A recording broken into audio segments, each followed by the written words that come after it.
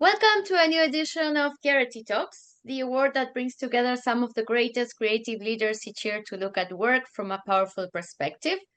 This new series dedicated to indie agency founders is in partnership with Indie Agency News, who are building the global home for independent agencies. The mission, serve independent agencies and the brilliant people behind them. The goal, more visibility for indies, more choice for marketers. Today we welcome Faten Al-Shazli, founder and chief creative officer at We As Them. Hi, Faten. Hi, thank you for Mark inviting me. Harrison, founder at MH3 Collective. Hi, Mark. Happy Friday. Thanks for joining. And Caitlin Doherty, co-founder and president at the Local Collective. Hello. Welcome to all of you, and thanks for joining us today. Let us start with an introduction. Please tell us about your role and your agency. Caitlin, would you like to start? Sure. So I have independent agency, the Local Collective. We're a creative agency. We've been around for 7 years now. I can't believe that. We're based out of Toronto, and yeah, I love being an independent agency. Mark, would you like to continue? Mark Harrison, I'm the founder of the MH3 Collective. So we are a collective of 4 agencies and 2 charities that I've started. One is Park Street Education, provides free tutoring. One is the Black Talent Initiative for Black leaders. T1, which is a community builder for uniting brands with people. Humanity, which is our full service creative agency. Sidekick is our consulting firm, and Sponsorship X.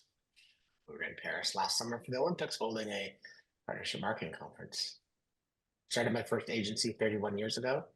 So there's no hair, but there's lots of fun memories and lots more to make. Great. Faten, what about you? Sure. So I'm Faten Al-Shazli. I'm co-founder and chief creative officer of We As Them, an independent agency like you folks. Been in business for close to a decade and a half now, and I can't really believe I'm saying that. I don't know where the time goes. In terms of, we're based out of Halifax, Nova Scotia, and we span across the country and globally. Some of our key clients are Compensity Group, Nestle, BitValue, Lenovo, and a lot of focus on government entities. So one of our major clients have been the state of California, USAID, even though no longer here now as things evolve, the Government of Canada, and the Canadian Space Agency, just to name a few. It's been a wonderful journey to be in that space for sure. And what inspired you to start an independent advertising agency? Tell us about that moment when you first thought about it. Faten, would you like to start? Yeah, sure. So I always wanted to be part of the creative industries, generally speaking. In my previous lives, I worked in, I was more on the client side. So I dealt with agency in marketing and communication capacity. And when I pursued my further education, wanted to have a chance to be on the other side of that and be involved more with the creative, not more of the managing the creative with the agency. And one thing led to the other, and I had this wonderful opportunity to run with a piece of work that was going just to take over the country. And one thing led to the other, and I decided this is my chance, left everything behind, and I never looked back. And yeah, so. Mark, what about you? Well, there's 2 things I'll share. One is I always knew I wanted to be an entrepreneur. I was adopted, and I will say I won the adoption lottery. I think for people that are adopted, though, in my case, my parents shared with me everything from the court records and thinking about having the fact that a judge determined that I went down Hall A versus Hall B, and later in life I met 7 siblings I didn't know I had, and because of that, I've always wanted to control my destiny. And I think for me that concept of somebody just with an administrative piece of paper deciding what my life would be is quite haunting. And not to get too far into it, but I had the data from my siblings that proves those who, like me, won the adoption lottery turned out great, and those that were put in different circumstances. I had one job. I worked for a man who was both brilliant and incredibly mean and cutthroat. And so when I decided to launch my agency, I focused on number one, I wanted to love my clients. He hated his clients, which is an odd thing when you're an agency person. And I wanted to help them with their careers. Number two, I grew up in Orillia, Ontario. Every brief I saw that said national program said Toronto, Montreal, Vancouver. So I thought, well, I guess I didn't grow up in Canada. So I wanted to take big brands to the grassroots. And number three, even though I tell people applying to our company, T1, don't say this, I loved sports. So I started the sports marketing company. It's my first business. So I'm a hypocrite, but I'm a self-disclosing hypocrite, Caitlin, what about you? That's a great story. We started the agency. My background is all big agencies. I really enjoyed that experience. I worked in most of the holding companies at one time or another, and I learned a lot. It was a great experience for sure. But with the local collective, one of the things that we wanted to do is we wanted to start looking at creativity and the success of that creativity through a different lens beyond what was happening at the time, which was efficiency and effectiveness of media.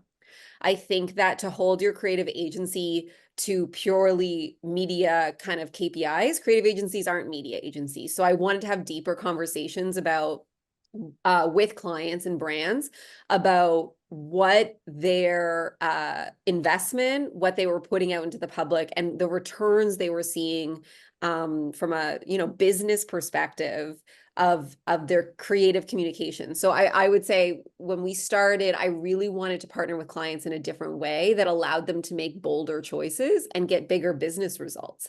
That wasn't just that simple, what's the media KPI, which I think sometimes really over dominates the creative conversation, and how effective and amazing and impactful, really insightful, wonderfully created creative work can drive those business results. And There's an of course, it interesting takes similarity in all three of our answers. Sorry to interrupt. Absolutely. Last night I was presenting to the class of 2025 at the University of Guelph for an alumnus. And I say what you just heard was, back then Caitlin and I talking about boldness, like taking a project and running with it, defying the way advertising is being measured, starting your own. And I think there's a lesson there for people watching, which is like boldness is not out of fashion. No. Absolutely, yeah. And what were your biggest fears and obstacles? Because it takes a lot of courage to start your own company. What were the reasons why you were absolutely sure you wanted to do it in spite of the fears and obstacles? I start. Oh, I'm yeah, sorry. you go. Okay. No, go. You were the last. I was just gonna, I think something that's really important when you're starting any company, but especially an advertising agency, is feeling like it's the only option forward when you're evaluating everything. It is one thing to be a great business lead or account person or strategist or creative. It is another thing to put your entire life and money on the line to start an agency. It is a slightly different level of even internal boldness. And I think for me, when my partner Matt and I were making this decision, when we evaluated everything that was in front of us, it felt like the only option forward, because it will be harder. The business side of it, keeping it going, money, payroll, insurance, all the things that you don't have to think about when you're just creating a great campaign, even in a very senior role at large agencies. There is another layer to actually owning, founding, and funding an agency yourself. That I think is the biggest hurdle and the biggest thing that you can't be scared of to be able to really go into it. For me personally. Very close, yeah. I think for me, like a multitude of things. I'll start with the first one. Is it's a level of ambition that you feel you're truly hitting a ceiling that you can go back past it.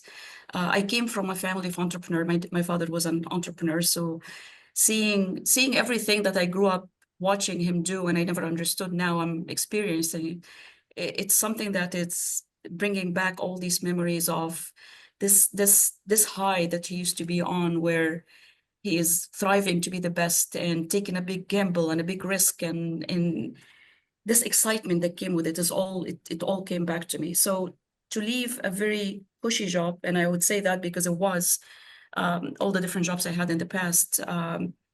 I always worked at my best, so I was always the star of whatever I did, and that's because I always to bring the best to my employer. And then I came to this point where I wanted to make it my own, and kind of close to what Caitlin was saying, that you feel there's no other way to achieve certain goal that you have. And there's no better way of doing this than being on your own and taking a chance on doing that. Um, Huge risk, obviously. You go from security of a paycheck that you know that's coming, vacation days, as we all want our off time and vacation What are days, which those? yes, one of those I haven't seen for several years until Yeah. now. I'm enjoying these a little bit, and it's you give up quite a bit of the security that you have and the comfort you have, because you're chasing this dream, and you're so driven that nothing else can make it happen unless you own your own business. And yeah, and that's why it's I always say it's not for the faint of heart, and you really need to have this in you to be able to do it. It's not as sexy as we make it appear to some. There is a lot of realities behind the scene that people don't really see it unless they are in it. But as I said, I never looked back. And yes, there is the ups and downs, but it has been a hell of a journey, and I am in my second business now. Who would have thought that? Launched my second company 3 years ago, and I'm traveling the globe for the second business, and I feel this time I'm better equipped because I know I have more experience, and I know where not to burn my hands in certain areas when I've done in the past. So yeah. Yeah. I, I would say, maybe naively, I had no fears. So I left my job on a Friday. I had my new business ready to set up on Monday. So I given them lots of notice. It wasn't like I was walking out. But what I realized literally on that Monday was I was not the same person I was on Friday. I didn't have the brand behind me, the big clients, the et cetera, and all the people that promised, oh, call me and I'll give you referrals. Suddenly I'm there Monday, and this is how old it was when I started my business, but the phone wasn't ringing. I kept looking at it, checking the dial tone. So I think what I learned, and I think as you start to create multiple business, you learn this, that you are not who you were when you were employed before. I love what Mark said there, because Very true. when I left my last employer and I started, I had this sense of I have a big brand. I have people with open doors for me because I have invested and I have great reputation that I open doors. But once I left, and even though Fatin was somewhat someone that someone wanted to speak to and have a conversation with, I no longer represent that larger brand that was behind me. And it hit me after my first client contract was coming to a close, that I'm literally starting from scratch, from the ground up.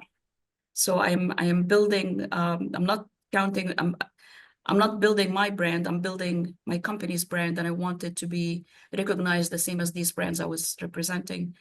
So that's a hard reality you come across if you're switching from a career to another, especially in the industry that we're in I right think now. it's really like, I think you both are bang on, and it's humbling. Like you think you're a big deal, and then you realize you're absolutely not a big deal.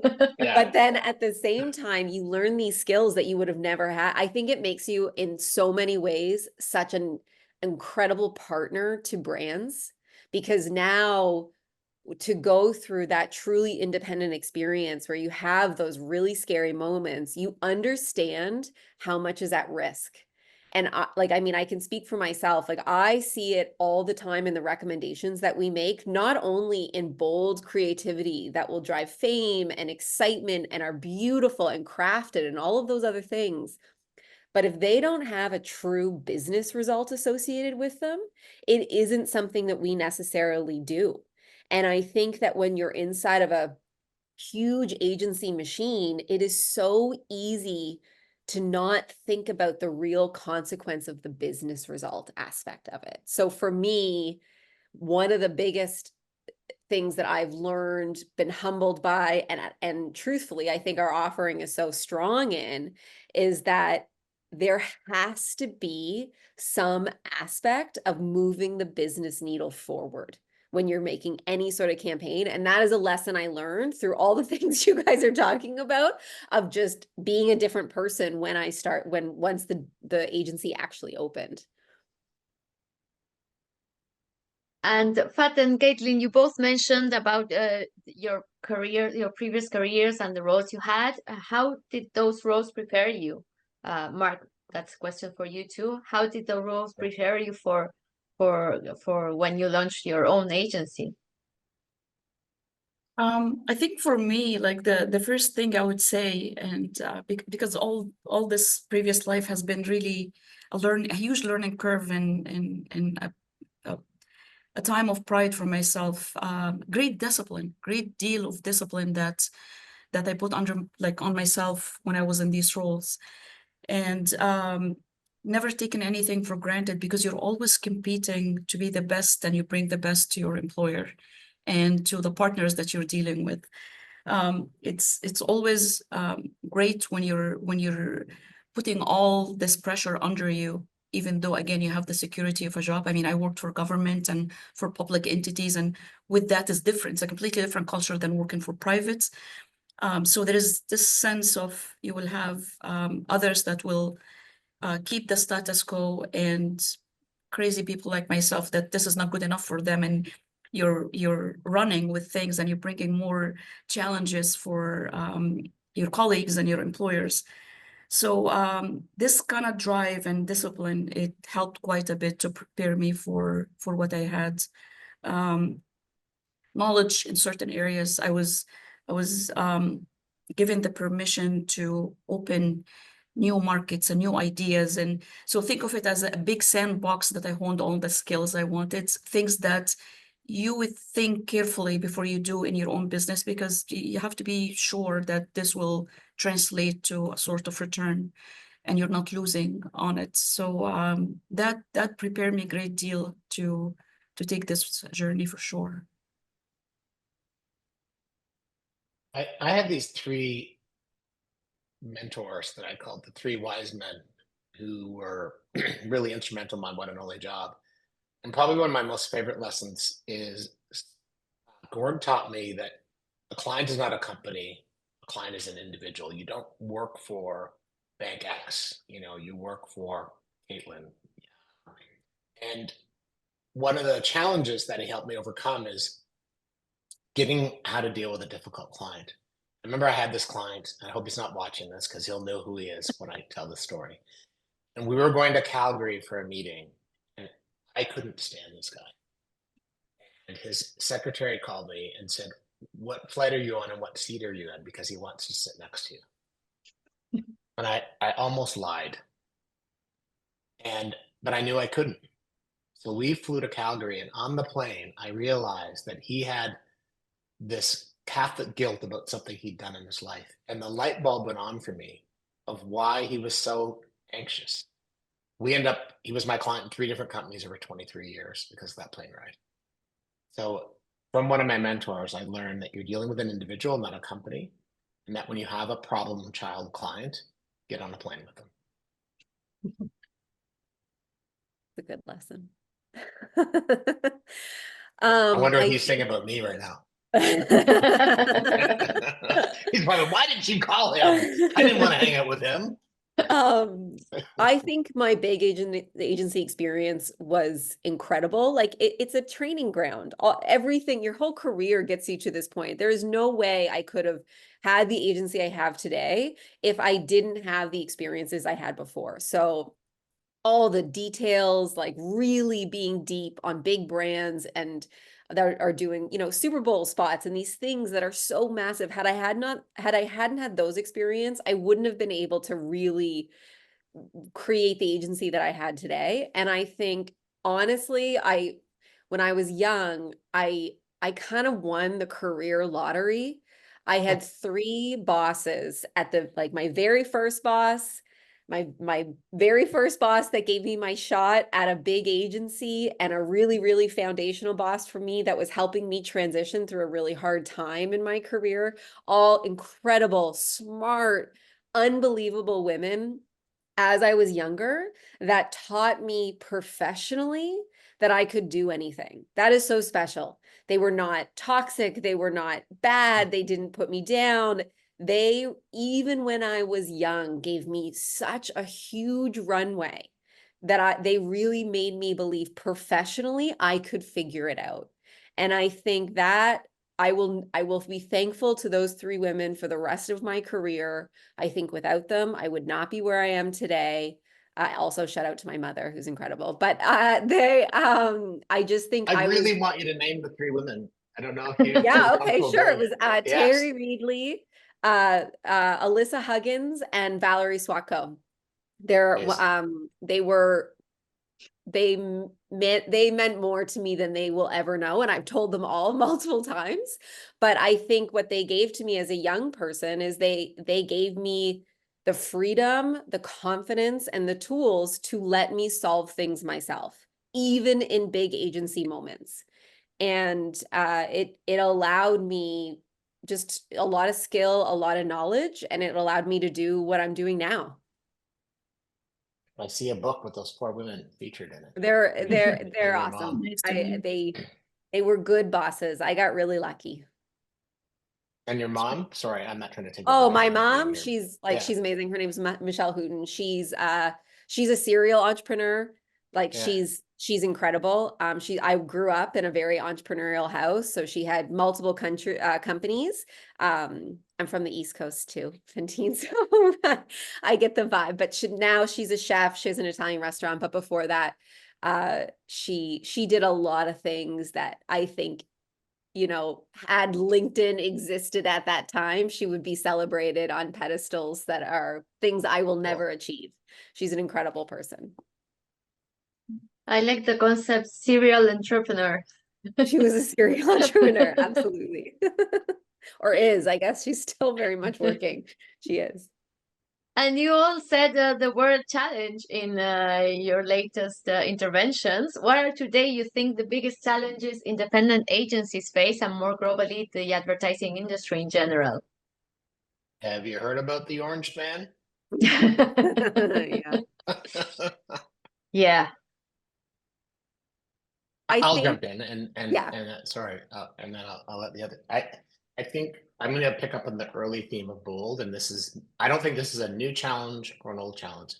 I think for a client to make bold decisions on their business, because just like big people working in big holding companies, the reality is for a client in a big company where you can kind of duck, dive, and weed and hide, to do something that's out of the norm, to do something different than head office wants, to do something that in our sponsorship business, we always say nobody gets fired for sponsoring the New York Yankees. 4 years ago, I couldn't get a client to look at women's sports. Now everybody's celebrating themselves. You talk about LinkedIn, like, people, stop breaking arms, patting yourselves in the back because you're sponsoring women's sports. Where were you 4, 10, 15, 20 years ago? Where were you when women couldn't run the marathon in the Olympics? Like, don't talk to me about being a change maker now. I probably just lost a bunch of clients.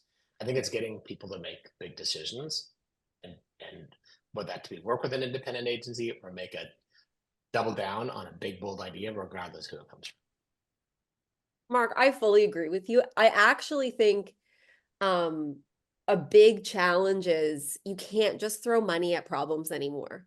Like for brands, like it's not enough to just go in and put a sponsorship out there, or say you're going to do something, or spend $1 million on a big ad. Like, the money is not going to buy your way through something that is really smart, really well done, and authentically connects to the target you're trying to connect to. We cannot speak to everyone all at once. And even when you have big budgets, you cannot speak to everyone all at once. It doesn't work. So I think if you're gonna go in on whatever it is, whether you're late to the game, early to the game, whatever, you have to do it in a way that is not just a data point of what you think, what the data says people are interested in, or what the data says, but you have to do it in a way that makes sense with the brand that you're, tying it with. And you have to do it in a way that actually breaks through, resonates, and is bold. It can't just be this sort of, very expensive, well shot thing that really has no narrative underneath it. You'll just, like I said, all the way back in the beginning, you'll get those media KPIs, but as a business, as a brand, you leave a lot of money on the table with that. If you are only matching what your media team is putting out as the KPI, you are leaving money on the table as a brand. Advertising is meant to make brands more money, more successful, bigger growth. That is the real thing. The power of persuasion, the power of intent, all of those things. A great piece of advertising and a horrible product is going to explode. Like that's not how it works. So as a marketer, you have to allow your agencies to do something bold, to really dig in with a consumer. And then you also, as a marketer, have the responsibility of making sure you have a good product to market.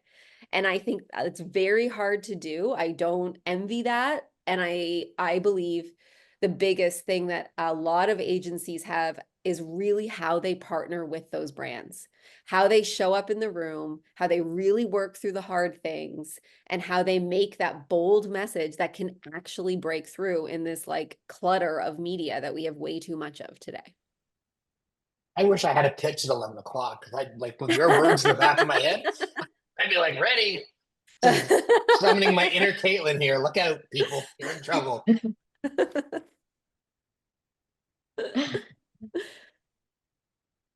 So I guess for me, like what keeps me up at night the past number of years is it feels that globally there is a lot of contraction in our industry. So with the inflation growing and the global market and how you see things are going, all the larger ones are consolidating and buying the smaller firms, or rather buying their clients by merging and acquiring or whatever it is to get a hold of the competitions. And that makes it really much harder for the smaller or medium-sized independent agencies to compete in that environment. And so that's from a business standpoint. But the sad part from industry standpoint, that as you meet a lot of the big brands and the great brands that you're trying to work with, they do have some of these larger agencies as their AOR, but none of them are really happy with the work that they're getting. They're not happy with the level of creativity that is being produced. They're becoming just one more client to their roster of clients, but they're not getting this uniqueness that you hope to get from an agency of their caliber. With that, now a lot of them now are learning the lessons where they're opening little doors to not to be exclusive and open it for other agencies to give another good creative piece of work to them, and hoping is to see something more creative and unique and represent them, to work on the KPI and enhance it, and similar to what Caitlin is saying. But to see this great work from all these large agencies it's very hard to see now, and it's quite concerning actually how to survive in this world when everyone is consolidating and you're just becoming one of many, basically. And one of our ambassadors once said in an interview something I like very much. One of the things I have learned is that each one of us has an idea of what success means that we need to reformulate from time to time. You have created your agencies, you have also worked before for other people. What does success mean to you today? I'll kick off.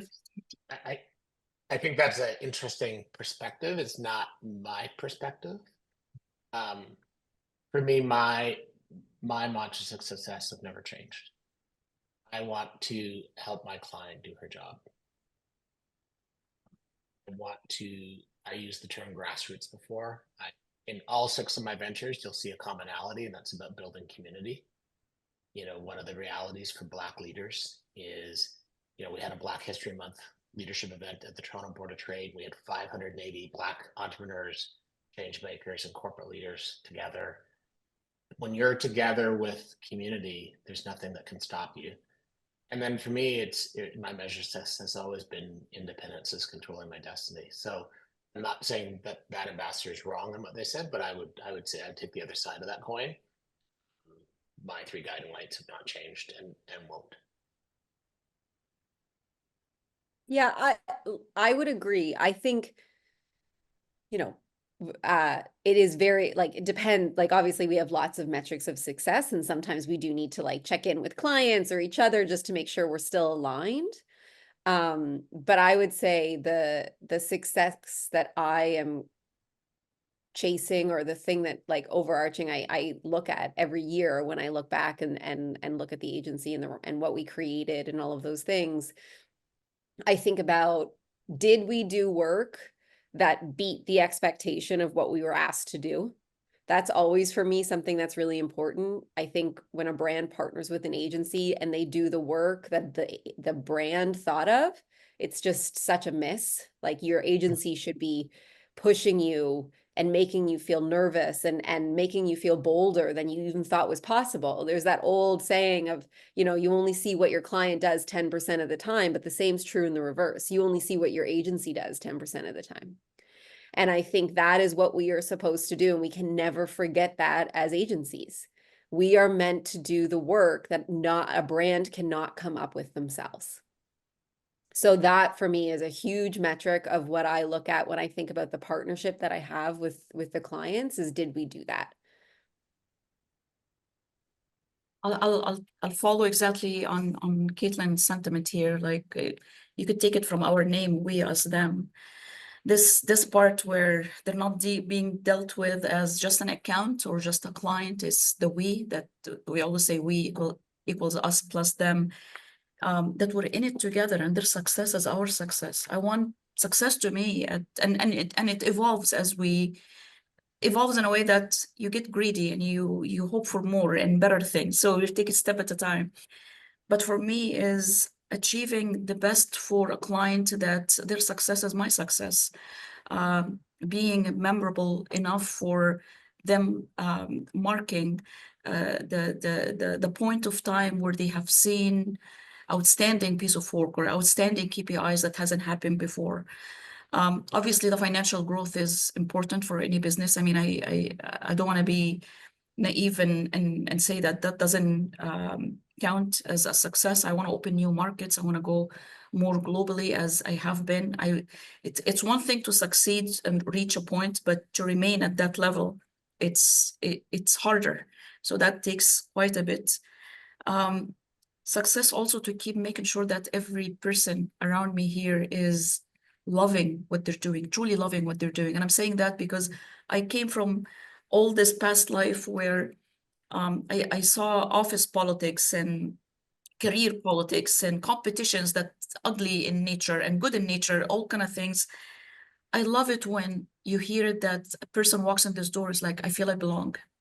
And I have this event that I'm attending, and I can't speak about it now. Hopefully you will in the news soon. Knowing that I have in my office about 9 different ethnic backgrounds and about 15 different spoken languages. All of them love each other and get along, and they get excited when we open a market that they haven't experienced in. It's wonderful to me. That is success to me.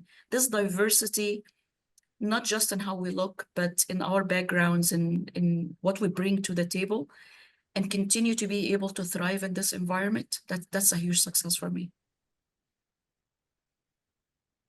Very interesting. Thank you so much for sharing with us some of your independent agency life and careers and backgrounds. And best of wishes with all the projects that you carry on for this year and the coming years. Thank you. Included. Thank you so much for inviting us. It's always lovely to be here. Thank you.